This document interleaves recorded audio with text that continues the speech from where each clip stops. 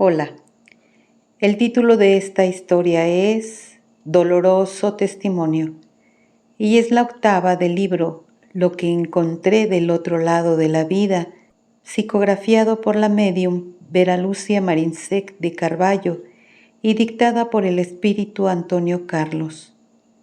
Que la disfrutes, pero sobre todo que provoque un cambio en ti.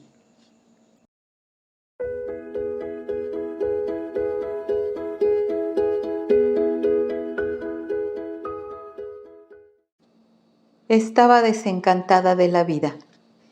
No tenía ningún problema serio, pero vivir para mí era fastidioso y aburrido. Era muy mimada por mis padres, fui hija única. Hacían todo para que yo fuese feliz, pero eso no era suficiente. Planeé con anticipación mi suicidio. Era fea, por lo menos yo me sentía sin ningún atractivo. Nací con una pequeña deficiencia motora. Era flaca y morena. Siempre me llevé muy bien con mi papá y fue él quien me ayudó con mis complejos. En la adolescencia me enamoré por un muchacho. Hacía todo para conquistarlo, pero él me rechazó. Sufrí mucho y por primera vez renegué de mí y de mi vida. Y entonces, como no era bonita ni rica, decidí ser importante. Quise ser alguien estudiando. Siendo muy inteligente, estudié medicina fácilmente.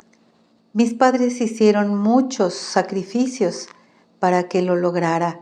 Cuando concluí mis estudios, empecé a dar consulta, a tener pacientes, pero mi título no me hizo importante. Yo era antipática. Hoy comprendo que en realidad intenté imponerme, ser aceptada por la sociedad a través de mi título de doctora. Qué ilusión, porque en realidad me sentía sola. Desde la infancia veía siempre a mi lado bultos que no sabía definir muy bien qué eran. Cuando terminé la carrera me sentí perseguida. Soñaba cosas muy raras y la ciencia no me convencía con sus explicaciones en relación a eso. Algunos de esos sueños se repetían siempre. En uno de ellos consultaba a personas, pero rechazaba a los pobres que después se volvían contra mí. Me maldecían y me perseguían, y entonces despertaba asustada. En otro sueño que se repetía, iba a un lugar extraño. No sabía bien dónde era, pero escuchaba una voz. A veces veía un bulto sin distinguir quién era. La voz me decía más o menos así: haga el bien, sea buena y se librará de los que la persiguen. Usted tiene en su profesión un arma para defenderse. Úsela para el bien haciendo caridad, o también será la brecha para su perdición.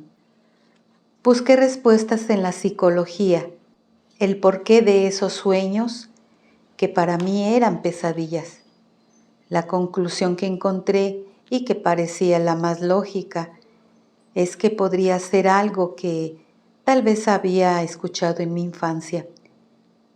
Me quería casar, tener hijos, pero no tuve suerte en ese sentido. Con nadie funcionaba. A mi vida llegó un joven que yo sabía que no era honesto. Se aproximó hacia mí con interés. En ese tiempo ganaba razonablemente bien. Le di de regalo, pero por insistencia de él, un carro, y tan pronto como lo recibió, se fue. Me quedé muy mal. No lo amaba, pero me dolió el orgullo.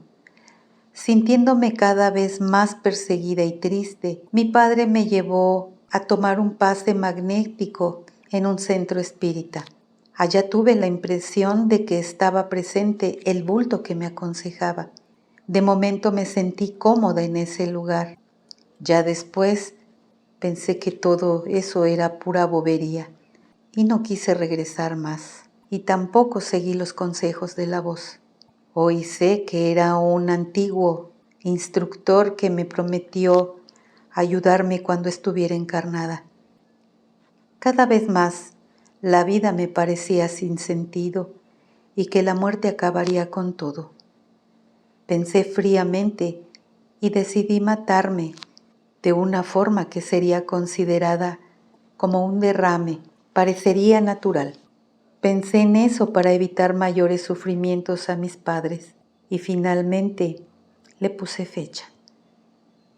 Esa noche, al acostarme, me apliqué una fuerte dosis de insulina, me deshice del material que usé y me fui a acostar. Fue horrible. Comencé a sentir los síntomas esperados, pero no pensé que fuesen tan dolorosos y aflictivos. Una extraña agonía se apoderó de mí. Parecía que iba a reventar. Me dolía todo el cuerpo. Sentí un tremendo malestar. La cabeza parecía que me explotaría en cualquier momento. Vi nítidamente a mis perseguidores rodeándome. Se reían victoriosos. Me decían horrores. Ahora es nuestra. Venga, maldita. Verá que nada acaba con la muerte del cuerpo y que su infierno apenas inicia.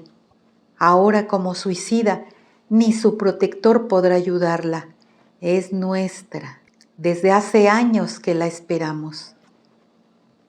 Se carcajeaban. Eran horribles y vengativos. Tuve miedo. Me agarré a mi cuerpo. Deseé ardientemente no morir. Si ellos hablaban de un protector, le rogué a él con todas las fuerzas que me restaban. Intenté gritar, pedir auxilio, pero no pude. No sabía si mi cuerpo había muerto o no. Ni siquiera calculaba el tiempo que había pasado desde ese momento. Mis perseguidores se impacientaban y entre insultos me llamaban. De repente vi a mis padres afligidos, ayudándome. Me llevaron al hospital y mis compañeros me examinaron.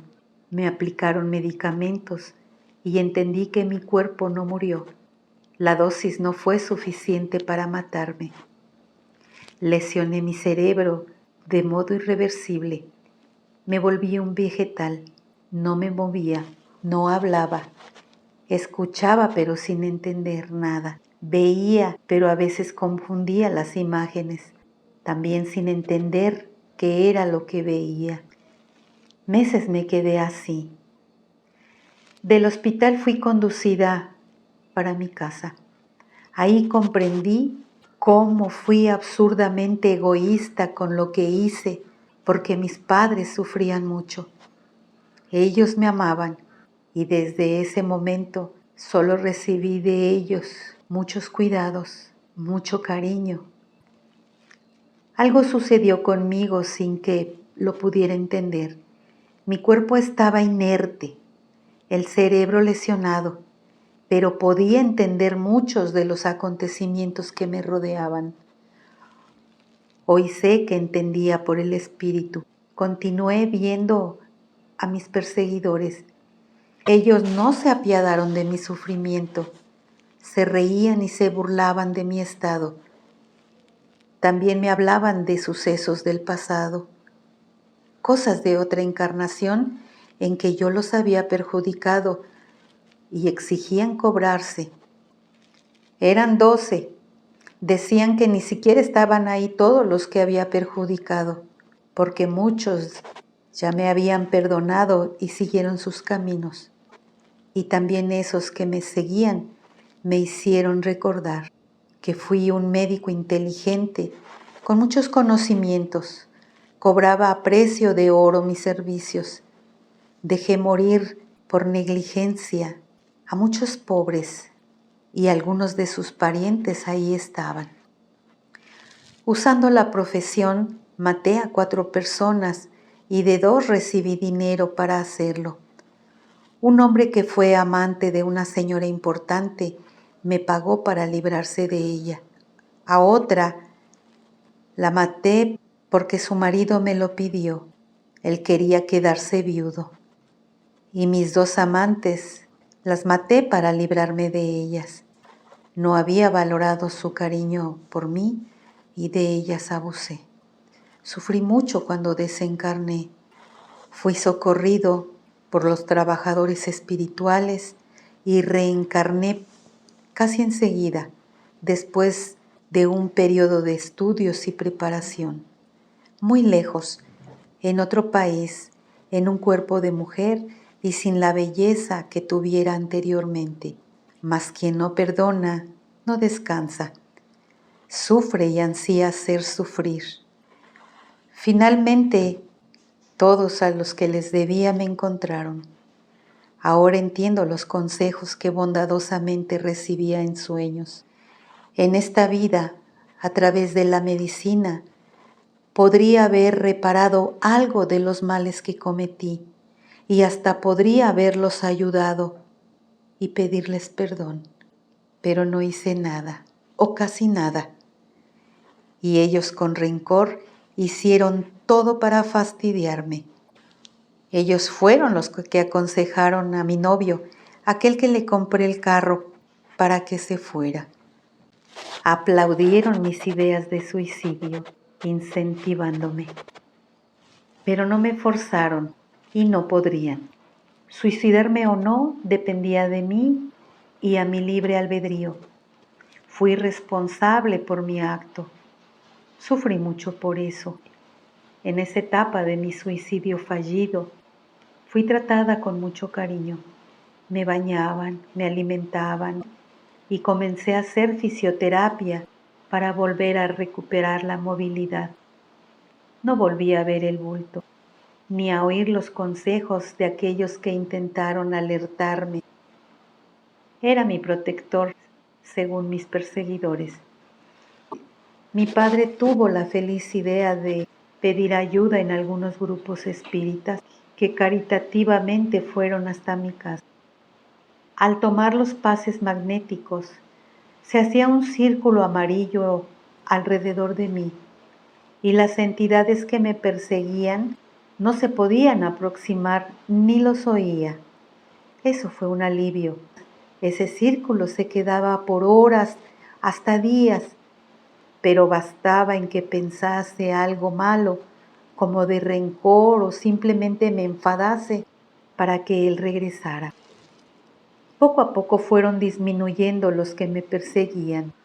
Uno de ellos me dijo que yo lo asesiné. Los buenos espíritus estaban convenciéndolo a que me perdonara a cambio de socorro, y mis otros obsesores simplemente se aburrieron y se fueron. 2 señoras bondadosas y agradables, a las cuales agradezco profundamente, empezaron a visitarme con frecuencia y no solo me aplicaban pases magnéticos, como también hablaban para que pudiese oír. Me aconsejaban que orara, que pidiera perdón a Dios, y comencé a orar como decían. No las oraciones tan decoradas y sin sentido que casi siempre la mayoría repite, pero aprendí a orar con las palabras que salían de mi corazón. Escuchaba los textos que ellas leían de los libros espíritas. Los entendía por el espíritu, pero otras veces en realidad me confundía. Pero a través de ese aprendizaje, realmente me arrepentí de mi acto de mente. Le pedí a Dios perdón miles de veces, también a mis perseguidores, que cada vez fueron disminuyendo hasta que los 3 últimos, más rencorosos, me perdonaron y se fueron. Poco tiempo después, empecé a sentirme cada día más débil. Tenía muchos dolores. Un simple dolor de dientes o de estómago me incomodaba muchísimo. A veces ni siquiera sabía dónde me dolía. Y a pesar de todo ese sufrimiento, me sentía tranquila. Si los espíritus que me perseguían me perdonaron, Dios también lo haría. Cada vez oraba más y meditaba. Un día, después de profunda meditación, escuché la voz amorosa de mi protector. Le pedí perdón. Emocionada, vibré de felicidad cuando escuché: la perdono, pues los otros ya la perdonaron. Y usted también debe perdonarse, pues pronto su cuerpo morirá. Quédese en paz. Los dolores empeoraron. Sentí enorme debilidad. Me llevaron al hospital donde desencarné. No vi nada de mi desligamiento. Solo sentí necesidad de dormir. Desperté sintiéndome mejor. Por lo menos podía hablar y fui informada por las bondadosas personas que me atendían que desencarnara y que estaba en una enfermería de recuperación, en un hospital de auxilio a suicidas. El tratamiento fue largo. Bastaba pensar en mi acto suicida para volver a sentirme paralizada. Pacientes. Los abnegados trabajadores me ayudaron. El remordimiento duele terriblemente, pero la vida continúa. Entristecerse con nuestros errores no los anula, así que decidí actuar. Empecé a estudiar y a trabajar en pequeñas tareas, ayudando a los más necesitados. No reencarnaré pronto. Quiero prepararme porque no será fácil mi vida de encarnada. Necesito aprender a dar valor a la vida física, ajena y también a la propia. En el hospital donde fui socorrida, he visto mucho sufrimiento en los que se suicidan. En la espiritualidad, cada caso es un caso. No hay copias. Los dolores entre los suicidas no son iguales. Me interesé por las historias de los compañeros e indagué sobre el asunto. Gracias a Dios, no desencarné en el momento en que lesioné mi cuerpo y pude tener la ayuda de personas buenas que me orientaron. Me arrepentí, rogué perdón a Dios, desencarné y fui socorrida por espíritus bondadosos que me ayudaron junto con los espíritas encarnados. Lamentablemente, no siempre sucede así. El remordimiento no anula el hecho. Tener remordimiento es reconocer con sinceridad el error, y si pudiese volver atrás, no lo habría cometido. Pedir perdón es pedir una nueva oportunidad. Pedir ayuda es querer auxilio, pero las consecuencias del acto están en nosotros. En la espiritualidad no se pacta ni el tiempo ni el sufrimiento para determinado error. La mayoría de los suicidas conscientes no se arrepiente de inmediato, ocasionándoles un sufrimiento mayor. Se suicidan por estar insatisfechos, porque se sienten infelices y despiertan en la vida espiritual y nada se modificó. Continúan infelices. Sus problemas no se resolvieron, al contrario, se han agravado. Lamentablemente, ese acto de mente deja en los suicidas graves consecuencias, pues al despertar en la vida espiritual se dan cuenta que nada cambió y se perturban tanto que enloquecen de dolor y desesperación.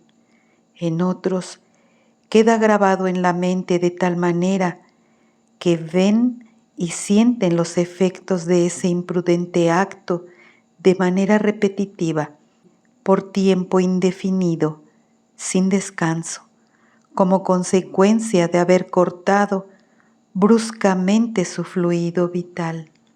Tienen la impresión de estar en el cuerpo de carne. Se sienten solos, abandonados y con dolores terribles. Algunos se quedan en el cuerpo, sintiendo cómo los gusanos se los comen en una desesperación alucinante. Esto sucede a veces por años, hasta que poco o nada quede del cuerpo carnal. ¿Cómo sufren? Muchos vagan sin consuelo, sufriendo dolores atroces en los valles, en las cavernas del umbral. Los horrores son tantos que el libro Memorias de un suicida, psicografiado por Ivonne Amaral Pereira, nos da a los encarnados que lo leen una pequeña visión, por no haber podido el autor narrar todo lo que vio y sufrió. Yo, siendo perseguida por entidades vengativas, ¿fui culpable? Sí, me siento culpable, arrepentida y perdonada. Mi libre albedrío fue respetado. No hubo obsesión, pero sí me asediaron.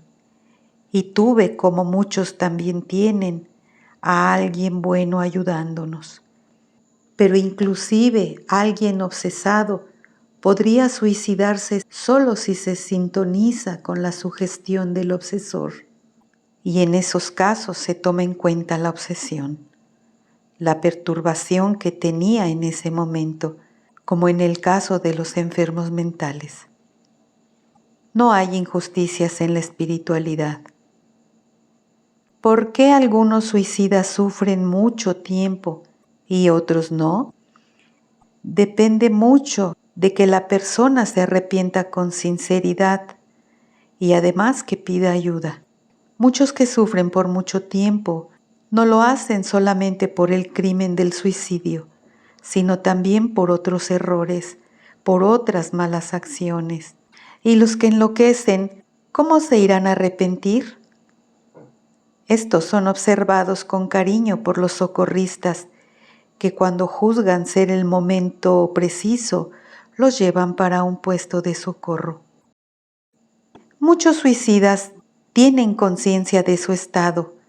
Socorridos recuperan el raciocinio, pueden estudiar y otros no. ¿Por qué?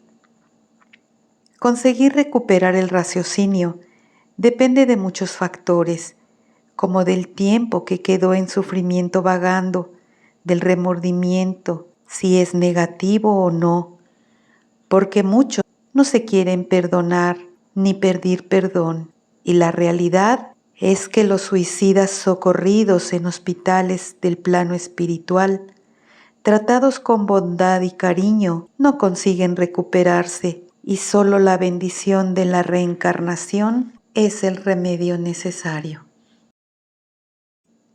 ¿Por qué la manera de sufrir no es igual para todos los suicidas?